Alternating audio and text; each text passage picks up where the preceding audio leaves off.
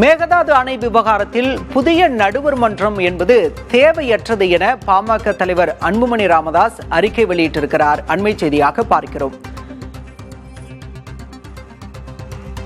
மேகதாது அணை விவகாரத்தில் புதிய நடுவர் மன்றம் அமைப்பது தேவையற்றது, இது தமிழகத்திற்கு எதிராக அமையும் என்று கருத்து தெரிவித்திருக்கிறார் பாமக தலைவர் அன்புமணி ராமதாஸ். மேகதாது அணை விவகாரம் தொடர்பாக அரசினர் தனி தீர்மானம் சட்டப்பேரவையில் சில நாட்களுக்கு முன்பு நிறைவேற்றப்பட்டது. அப்போது எதிர்க்கட்சி தலைவர் உதயநிதி ஸ்டாலின் ஒரு தீர்மானத்தை, இடைச்செருகல் தீர்மானத்தை கொண்டு வந்தார். அதனை ஏற்று அந்த தீர்மானமும் நிறைவேற்றப்பட்டது. அந்த தீர்மானம் என்னவென்றால், புதிய நடுவர் மன்றம் அமைக்க வேண்டும் என்ற கோரிக்கையை முன்வைத்தார். அதனை ஏற்று அந்த தீர்மானம் நிறைவேற்றப்பட்டது.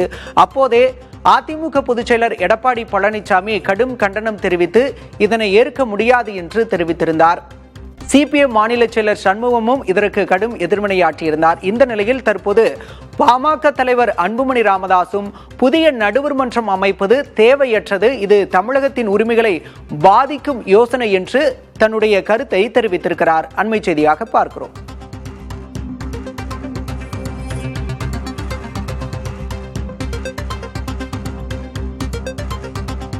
புதிய நடுவர் மன்றம் என்பது தமிழகத்தின் உரிமைகளை பாதிக்கும் யோசனை என்றும் அதனை திரும்ப பெற வேண்டும் என்றும் வலியுறுத்தியிருக்கிறார் பாமக தலைவர் அன்புமணி.